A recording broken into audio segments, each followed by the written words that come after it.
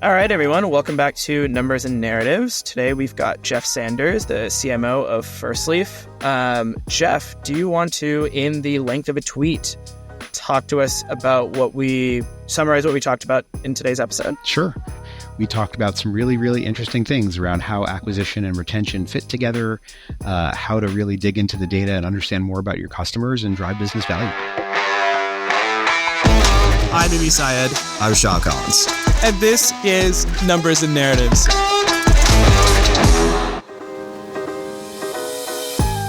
Geoff, thank you so much for coming on. Do you want to briefly introduce yourself? Sure. So I'm Geoff Sanders. I'm the Chief Marketing Officer of a direct-to-consumer wine subscription service called Firstleaf. It's an awesome product, and I've been there for just under 4 years. But I've been a marketer for almost 20, which is really, really scary to say. And my roles have been in a variety of different industries and company sizes. The common theme has always been bringing together data and technology and marketing to drive business performance. And so prior to Firstleaf, I was at Casper, where I ran growth marketing, analytics, and e-commerce, ran acquisition and customer retention at Betterment, the online investment advisor. Prior to that was at Gilt Group, the flash sale retailer, in a similar acquisition, CRM and loyalty role, and grew up as a marketer at Citibank many years ago, predominantly focused on credit cards, but also worked in a centralized digital marketing organization supporting all of the consumer businesses. So it's been quite a journey. I think it's fascinating that you have not only, you stayed true to the data-driven marketing piece, but completely unloyal to any vertical or industry or anything like that.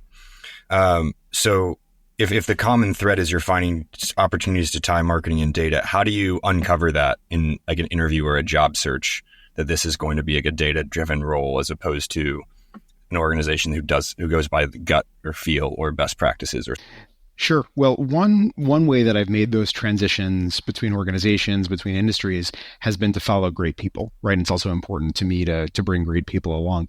I made my initial transition from Citi to Gilt Group because the CEO of Gilt Group was someone that I had worked for at Citi.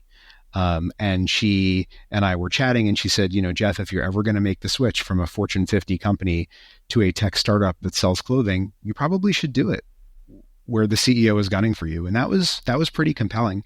And so that's been something that's helped me throughout my career. But the other thing is, I've been pretty clear throughout my career that I would call it my major is in performance marketing. Maybe my minor is in brand. That also does have some element of like a self-selection bias in terms of organizations that want to talk to me and organizations that I want to talk to. What's interesting is, big companies are interested in the nimbleness of small companies. Small companies are interested in the structure that comes from big companies. And so there's always things that are portable from one organization to another. Even now I work in a subscription business. Well, when I was at Betterment, the online investment advisor, we modeled our business as a subscription business. And we thought about lifetime value, and actually, lifetime actually incorporated what we anticipated to be the average lifetime of our customers based on like life insurance, survival tables, because generally once people put money in the platform, it didn't leave until there was, a bequest, basically.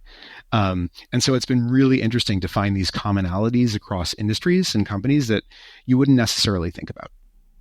That's really cool. I think we've spoken a few times about how you shouldn't just watch your competitive set for inspiration or best practices, but you should look to other completely different verticals and industries. Like we talked about SaaS as an inspiration for e-commerce. Mm-hmm. I think we've talked about the opposite side of e-commerce being an inspiration for SaaS and the life cycle approaches you can take. So that's really cool. Yeah, it's been fun to, in particular, having spent time in subscription businesses or subscription-like businesses, to look at the world of SaaS and try and apply, LTV to CAC or churn rates or, ARR or net retention, net revenue retention as metrics like, what could this look like in a consumer business? And net revenue retention takes you to how do you increase average order value or how do you increase frequency? And those are concepts that are much more talked about in the world of consumer businesses it's the same thing, right? Is what a SaaS business is trying to do. Yeah. Everyone's just trying to get you to use the product more and a higher version of it. Use the product more, spend more, stick around for longer. Yeah. What are the, just curious here, what are the, I guess, biggest learnings that you took from SaaS, like from when you moved from sort of like the SaaS model over to the consumer model? Like what kind of did you bring with you when you made that transition? Like what processes, org structures, strong opinions that are different from how e-commerce conventionally operates? Well, if you really want to get strong opinions, let's talk about what it's like to be a marketing leader getting sold to by SaaS folks, right? Because that's really fun. But I'd say, I've never worked in SaaS, but I would say if you look at the SaaS business, there's a very, very structured approach to the customer lifecycle. Right? There's some sort of understanding of a funnel going into the business. There tends to be some sort of very distinct onboarding phase, then a very distinct usage phase, and then a distinct either how do you retain that customer phase, or how do you, increase the value of their contract, right, for the next contract term. And as I've thought about, customer lifecycle, the consumer customer lifecycle over time, I've generally thought about acquisition and onboarding, usage and loyalty, and then retention. And it's basically the same elements of the life cycle. It's just the tools that companies use, the way that value gets unlocked tends to be a little bit different. But lots of consumer businesses, particularly ones that don't have a built-in subscription model, I mean, they just tend to think about things like ROAS, right? What did I spend today, and how much revenue did I get?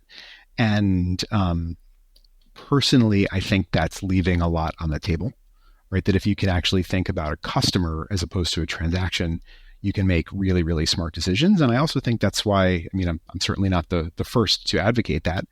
That's why a lot of, big box retailers or large department stores or fashion chains are rolling out loyalty programs or credit card programs, right? Because what that allows them to do is stitch those transactions into people, right? And then think about that customer lifecycle. And so that's something that has been really, really important to me, and I think has unlocked a lot of value.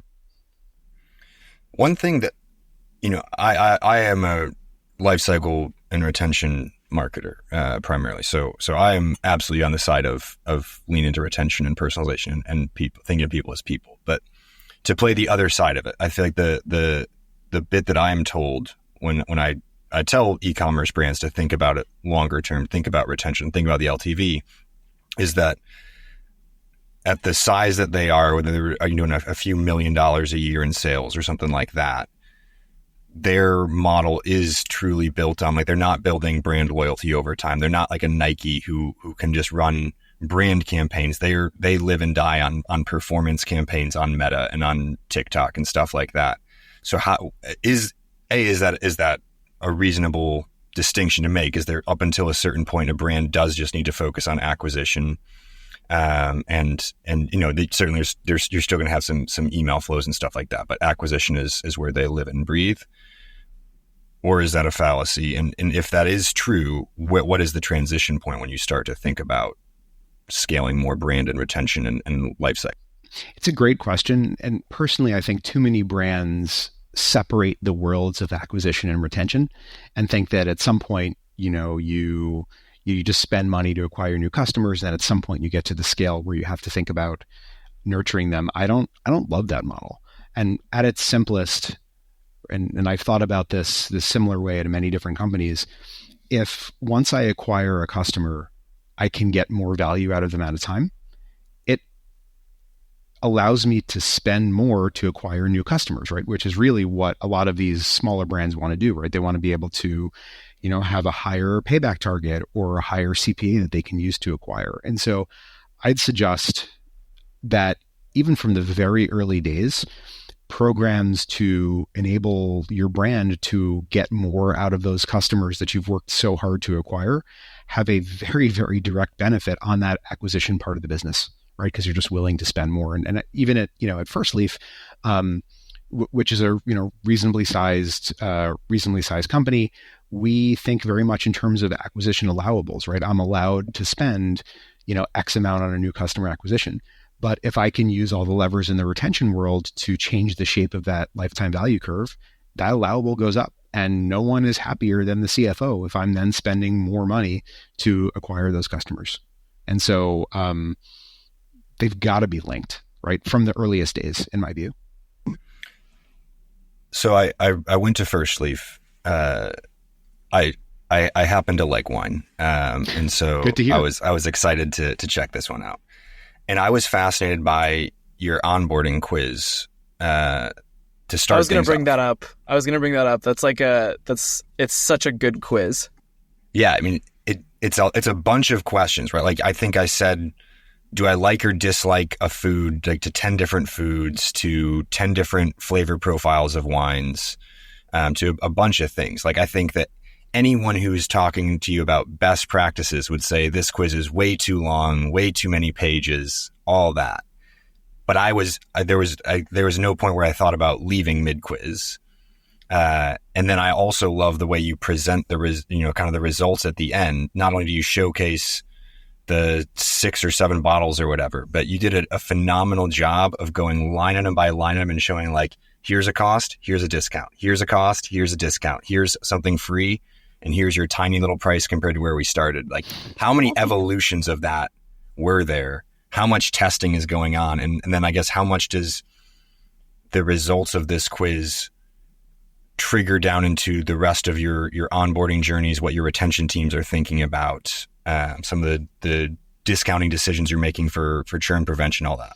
You're touching on a lot of what originally attracted me to Firstleaf as a potential job opportunity. I mean, being this data-driven marketer, I had always wanted to work at a company that viewed data as a real strategic asset and core competence. I frankly hadn't expected to find it at a winery, right? And so Firstleaf, in addition to being a direct-to-consumer subscription service, is a winery. We make our wines. We work with wine growers in 12 countries and 5 continents.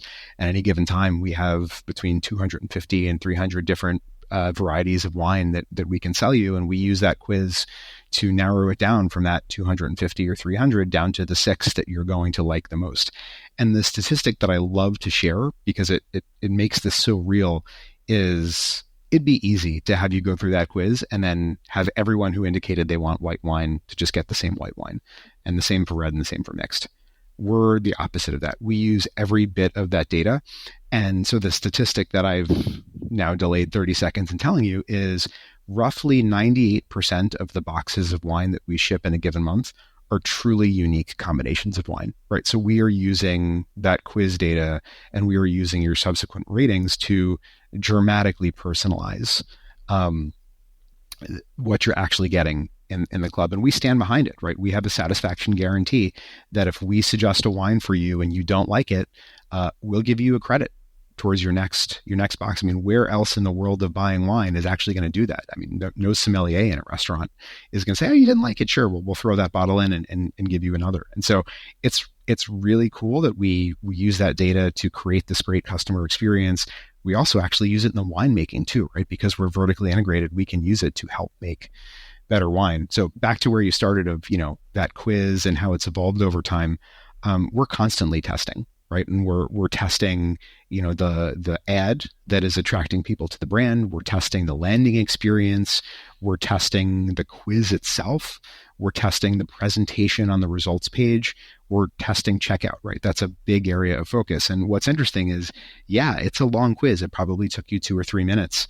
Of all of those different steps that I just laid out, it probably has the highest throughput in terms of, people finishing per start. And I think, and there's always an opportunity to do it better, but I think it's because we're doing a good job of promising some value, right? What's the value exchange, right? The value exchange is you're going to get wines that you will love. We can always be doing a better job of that. We're looking at doing some really, really exciting things on the results page to make it even more clear how the input you're putting into the quiz is reflected in the 6 wines we choose for you. But that's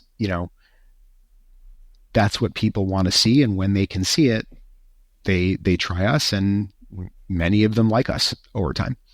In terms of how does that flow into, onboarding and the later customer experience, we're doing a lot with it today in terms of your actual wine recommendations. So every time you rate a wine, our recommendations get better and better. We're doing some things, and we could be doing more in terms of using all that data to determine which offers you should get, which messages you should get. One of the things we're looking at today is, let's say you told us in that quiz that you really like certain types of wines, and then you decide not to join Firstleaf. What can we do in that follow-up to you that isn't just offering you a lower price, right? That lower price, sure, but it doesn't address the fact that you didn't like something about the wines we suggested. What can we do in that follow-up to you to give you more confidence that you're going to get wines you're going to love? And so that's a big area of focus. And, every day, and my team's probably sick of hearing it, but I keep telling them, we are so lucky that we have consumers giving us all of this data, right? That we're in this unique position to use. How do we use it? Because so many other players, particularly in the wine space that is, heavily disintermediated between the typical consumer and the actual wine manufacturer, they just don't get that. So how do we use that to make better wine and better experience? And so that's what makes the job pretty fun. I love that too. Just as a second reason, working with leaders that have that ability, you get a lot more technical empathy. So you're able to, one, understand what is actually possible with data, right? How do you set up a hypothesis? I feel like those leaders ask questions that are more hypothesis driven, where it's I think this about the business. Do we have data that backs this up, rather than, pull data from this table and let's see what happens. And then it also gives a ton of empathy around, hey, what does it actually take to do an analytics project? So that's always amazing. Having somebody on leadership that has that empathy is super, super important, and ends up actually, you end up getting results a lot faster. I think that's great. I think that there's so many organizations where the leadership either doesn't or can't or whatever. And so that leads to this slinky effect of any analysis where we start off with a question, or maybe you didn't even prompt the analysis. I'm just proactively doing it. I present you with something.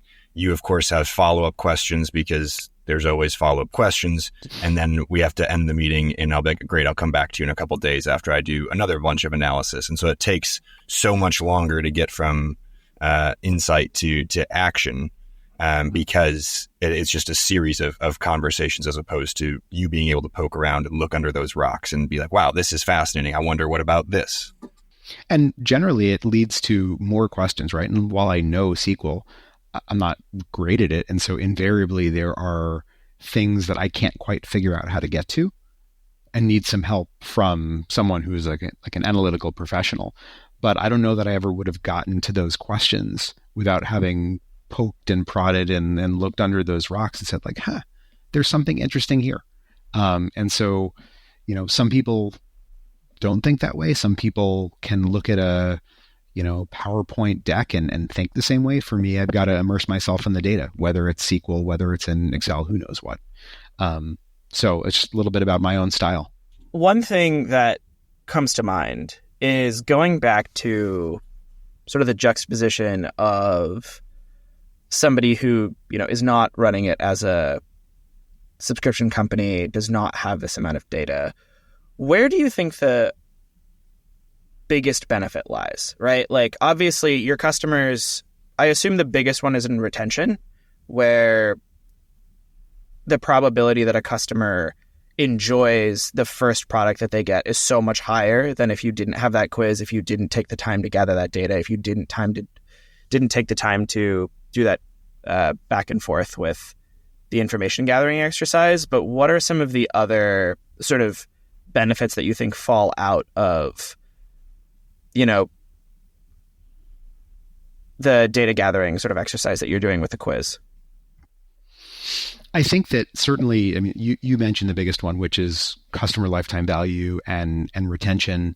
But again, because we're vertically integrated, we can use all that data to help us make better wine, right? Well, we can understand, when we look at wine ratings, that tends to occur a little bit later in the life cycle. But if we see that certain wines are consistently getting negative ratings, we work to understand what's driving that. And then we can map that back to what people told us in the quiz and say, this particular wine doesn't seem to be scratching that itch for this group of people.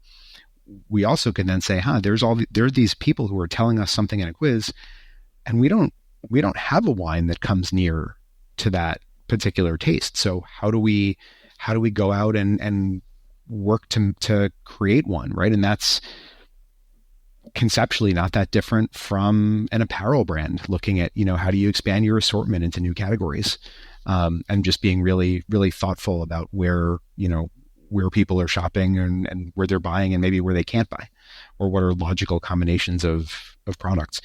We actually do see some people prefer not to go through that whole quiz, right? Maybe they're in a hurry, maybe, they're who knows what. So we do have an option to skip the quiz, and you can get something equivalent to, our favorite white wines or our favorite red wines. And the quiz isn't the only way to personalize, right? It's almost like getting over that cold start problem. But if you wanted to skip the quiz, you could skip the quiz. You could get that that introductory box. And then if you rate those wines, right, you're going to end up with just as powerful a set of recommendations for your next box as folks who take the quiz, right? And so there's lots of different opportunities to leverage what customers are telling us. I'm trying to think of the thing that we always try to get back to on this podcast is like, how can somebody who's at a company that's a fraction of the size of Firstleaf with a limited team size take the core fundamentals of what you're telling us right now and apply it to their business, right? Like what's the sort of lowest hanging fruit for a customer? Because you've said so many super interesting things, and I'm trying to whittle it down in my head to, all right, I'm a retention team of one or two. Sure. I've got, I don't have that much coding experience. You're a CMO who codes, but I don't have that much coding experience. I want to basically use Google Sheets or some equivalent to, have a higher throughput from basically first to second order rate. Because that's the thing that keeps replaying in my mind, where it's like, okay, you just increase the probability that a customer gets exactly what they want at the beginning.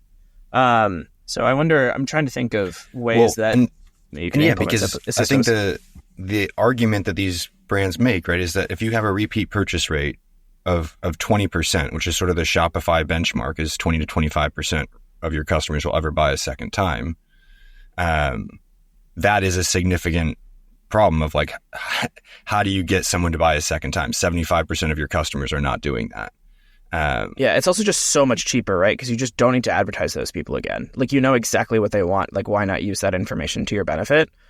So I mean, a few ideas come to mind just from different companies that I've worked at in the past. And I'll throw them out there. So at Gilt, one of the things we saw is that customer behavior and customer lifetime value really varied depending on what product consisted of that initial purchase, right? And so there were certain products that maybe had a lower average order value, but generated people who seemed to stick around with us for a lot longer, right? Even things like, if I remember correctly, like socks, people who bought a certain amount of socks as their first order actually stuck around for more orders and more time than maybe people who bought, a luxury handbag, right? And so we started to think about, either what is it about socks that cause people to stick around for longer, or are there different groups of people, right? And how do we start to customize those experiences to the sock buyer versus the handbag buyer? And that drove an uplift. People, and from my time at Casper, and people don't tend to think about mattresses as a repeat business. I mean, most people buy them every, 7 to 10 years. I and my team, and had some great folks on the team, worked to really build out the retention program there, and saw that, it's such a fascinating example. The trial product at Casper was a mattress, right? Often the trial product is lower priced, and you sort of step up into something higher priced. At Casper, it's like a $1,200 item, right? And then, people would accessorize over time. And so what we saw is that you don't want to fight that. There are certain items that if you can't get customers to attach at the time of initial purchase, you're never going to get them to buy. An example of that is basically an adjustable base to a mattress. Really, the only chance you have is to sell that, or what I saw was to sell that at the time someone was buying the mattress. But there's all sorts of other things that you could get people to buy later, right? And so then how did you get really thoughtful about which products you sold at which points in the customer journey? And that, that unlocked value as well. And then there, we didn't think about it as mattress transactions. We thought about, here's a person who bought a mattress. What's that person going to want over the next 30, 60, 90, however many days? How do we get in touch with them at those touch points and use that to drive value, right? And then how do we extend that over up to and including that like 7-year time frame? And there was definitely a lot of value from thinking about customers that way versus just mattresses. And that's so cool. And so it does make me wonder if you have a very big distinction between whether it's a product or a set of products or, a collection or whatever that does have a higher likelihood to buy or a repeat purchase or retain or whatever you want to call it, has a higher LTV on average. Do you set different kind of CAC targets by those product types and say like, hey, listen, like if we're going to sell an adjustable base and a mattress, you can spend up to, $500 to acquire them. But if you're just selling a mattress topper, we need to keep it below $20. And so you have different placements and budgets for these different audience groups, or do you just have to do it all in aggregate? That's a great question. And to be honest, I've never fully been able to crack the, how do you set a whatever target for mattresses versus a whatever other target for pillows or something. And the reason for that is, when I've looked at the data, if I show you an ad for a mattress, most people buy mattresses. If I show you an ad for a pillow, most people buy mattresses, right? This was the case at Casper. And so if you have like very different, and I mean, Casper's business was built around mattresses. It still is. The brand was synonymous with that. And so maybe it's not fair to assume that like just showing a pillow in an ad would suddenly spur a ton of pillow demand. But I think if you have sort of a common, let's call it an acquisition funnel or purchasing journey, you have to think of it in aggregate, right? Because you're going to be much more effective in allowing people to self-sort and getting them to choose the products for themselves and then ideally accessorize than forcing them down a path that like, I don't know, how good am I or anyone or any, machine learning algorithm at predicting that you want a mattress and not a pillow? Well, if we have no information about you as a customer, you're just some random, cookie or, mobile device ID on the internet, I don't think it's really easy to do. So I would suggest thinking about it in aggregate, but then building experiences on your website, in your, subsequent marketing, in your lead capture and lead nurture to allow people to self-sort, and then you start to really personalize it. I'd love to know, does that sort of blow up the assumptions you've made in the past? Does that fit with the assumptions? Because I've had a version of this discussion with lots of other marketers, certainly with lots of CFOs as well, and I've never been able to crack the nut on it. Yeah, I mean, I think for me, what I've seen is it is pretty difficult. At some point you're drawing an arbitrary line, right? Because you're essentially saying if you set different CACs by product, you're essentially assuming that 100% of your advertising is direct response, right, anyways. And so you're not accounting for the number of impressions that someone got, and so the number of different ads that they would have seen that you can't control, the number of platforms that they're on. And so I do think that as unscientific as it is, the right way to think about CAC is truly, I spent this much, I had this many in sales. And so to me, CAC should be, it should always be in aggregate, and that it kind of sucks. And I Avinash Kaushik, who I worship as a data analyst, always says everything in aggregate is bullshit. But I think that's kind of the only way you can handle a CAC target is to account for your brand marketing, your word of mouth, all the things that you have invested in the past too. Maybe the area where you can diverge from that a little bit is, if you have a business that is almost entirely reliant on, Google Shopping or PMax, right? And there's some very, very high correlation between the product that people are searching for, the product that Google presents, and the product that people buy. Like if it's that tight a funnel, sure, like you should always have different bids for different products, and PMax, Google Shopping, ideally optimized towards margin, so on and so forth. But like most businesses aren't like that. Right. Yeah, especially more technical ones. This is great. I'm trying to figure out like how we want to wrap this one up, because there's just been a million and a half great things that have been said here. Well, I mean, we touched a little bit on the, like, should acquisition and retention sort of grow in parallel? Should companies start with acquisition? What else should happen? I've been a big proponent over, actually, at all of the companies that I've worked at, of bringing together acquisition and retention teams. And it's always been like befuddling to me why companies didn't do this, right? There always seemed to be, an acquisition team that was a little bit off on an island and was focused on spending money and talking a lot with Google and Meta, and like kind of not as connected to the day-to-day of the business. And then there was a retention team that was doing a ton with emails and SMS and push notifications and like deeply embedded in the business. And like those two teams might never talk except at, the monthly marketing town hall. It makes no sense to me. And so across a number of the companies that I've worked at, I've tried to bring those teams together, right? They are, and part of the reason why they might be different why they might be so separate from each other is they are really different skill sets and really different tools, right? The skill set of agency management, depending on your business, might be much bigger on the acquisition side than on the retention side. There's very different tools that you use for executing email campaigns than you do for managing, Google search. And it's interesting, there aren't a lot of people who sort of move back and forth between those groups before getting to like a VP level. I actually think that's a missed opportunity, right? That it sort of silos people until they get pretty senior. But for me, it's like, how do you create a common goal for these teams which they can work, obviously, which they can both work toward. And that's why I love, concepts like LTV to CAC, where it's very clear how each team is contributing to that.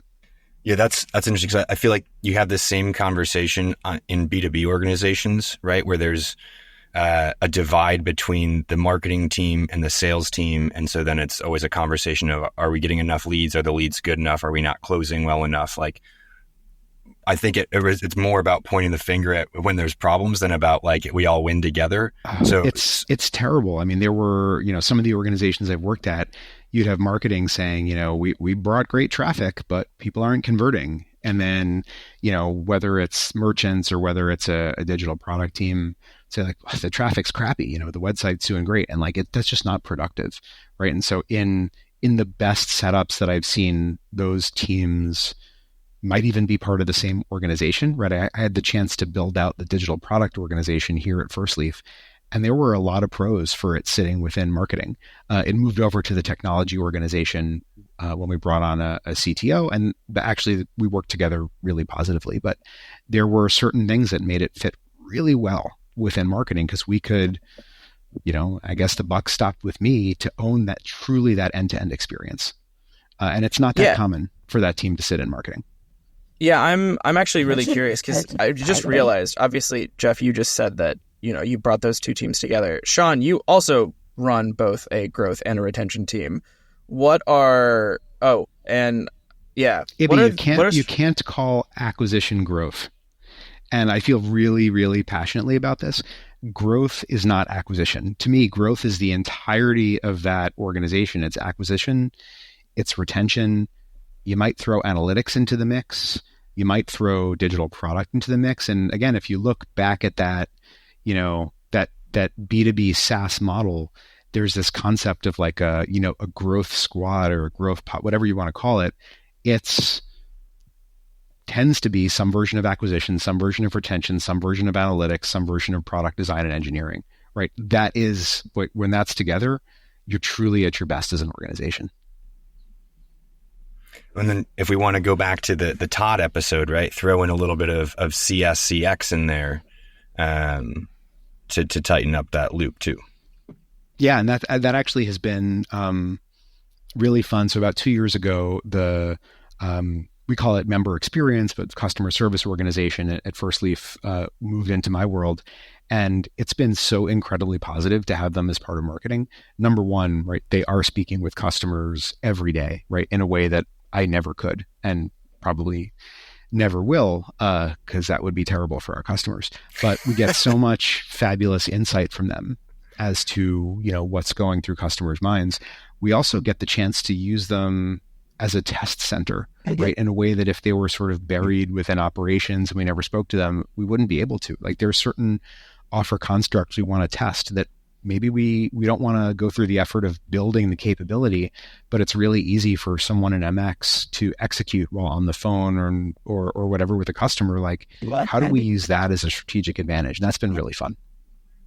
That's super cool. Yeah, I love that. That's a super cool. I love the idea of finding places that you can run micro tests and validate it before you actually put in the work to build something. And I'm really fortunate we have a great head of member experience who is willing to do, we'll do the manual processing. We'll keep a Google sheet and we'll, set up a tickler to check it every so often to do processing on the back end and to build the case that we should do it the right way. We try and do it the quick way. And it's been a real unlock versus, investing 3 or 6 months of very scarce development time to build something. And then it flops. Like, the opportunity cost is too high. Sean, this is one of your mantras, like, test quick and test often. Yep. Geoff, this is amazing. I think we're just about at time. Thank you so much for coming on. I feel like we could have gone for another hour and a half and still wouldn't have covered just the plethora of knowledge that you have. Before we finish up, if our sort of listeners want to find you somewhere, want to read what you have to say, where can they find you? Where can they find Firstleaf? Tell us, do the pubbing. Sure. So you can find me on LinkedIn, Geoff with a G, Geoffrui Sanders. I think I'm probably one of the few out there, so it'll be pretty easy to find me. Feel free to reach out, connect. Always happy to meet folks in the community. In terms of Firstleaf, just go to firstleaf.com. Firstleaf is the best way to try new wine that you're going to love. And again, I mentioned that satisfaction guarantee. We really do stand behind that. We've got a great introductory offer. Your first 6 bottles for $44.95. Free shipping is included. So give it a shot. And I look forward to getting feedback on the wine, but also on the marketing, the experience.